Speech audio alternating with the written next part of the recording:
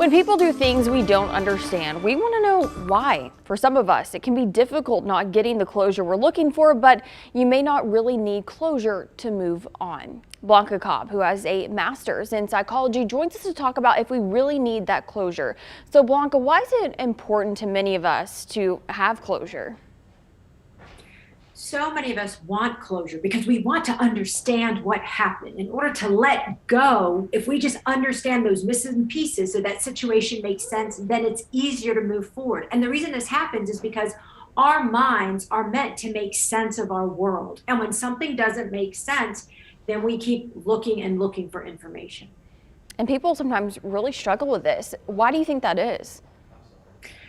It's that desire to know what went wrong and why it went wrong, and perhaps what they can do to fix a situation to get it back to the way that they want it. However, I believe that the concept of closure has changed. Look, think about it.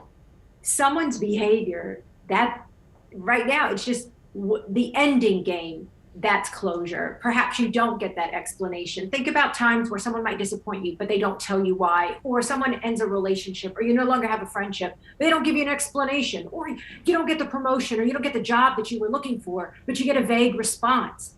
That's closure. It's that ending behavior is closure, and that's hard for people to get.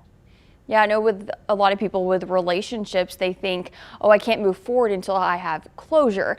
But you say that we don't need that closure to move on. And what do you mean by that? You don't need closure. What you need is acceptance. You need to accept that the situation is over, regardless of what that situation is, whether it's a job or relationship or friendship. You may never know the answer. And if you were to get the answer, it may not be the truth. But think of it this way. Don't make it their problem or their inability or unwillingness to give you the closure to explain to you what went wrong for them and why they're not willing to continue to move forward with you. Don't make it your problem. It's their problem. And once you just accept the situation for what it is, even though you may not like it, it does make it so much easier in order for you to move forward. Putting the power in your hands. Blanca, thank you.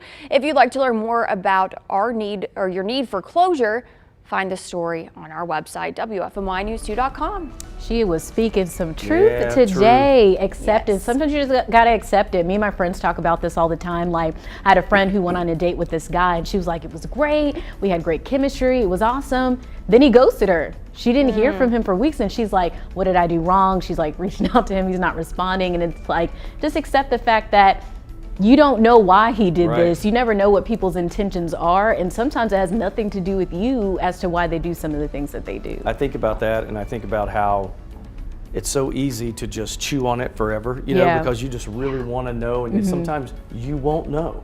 You will never know, right? And then sometimes when you do find out, it doesn't make you feel any better. No, sometimes worse. Yeah.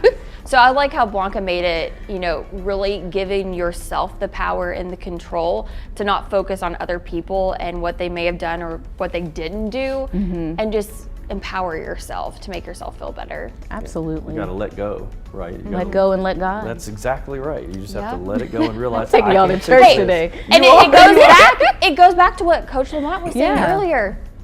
You know, you're in control of your own happiness. Absolutely. It's how you know what they say. It's not really what happens. It's 90% how you respond to things, and 10% what happens to you in life. See, this one, I'm telling you. Maybe I need to have my own segment. You do, Coach Lauren. Exactly, Coach LC. Life with LC. Yeah. Oh, you know what she would call it? Our day. Our day. That's right. That's what it would be. Yeah, you're not just coming to 4 to 5 to, you know, get the news. You're getting encouragement and the words from the LC herself. That's right. Right there. I'm going to therapy sessions. Okay. Thank you.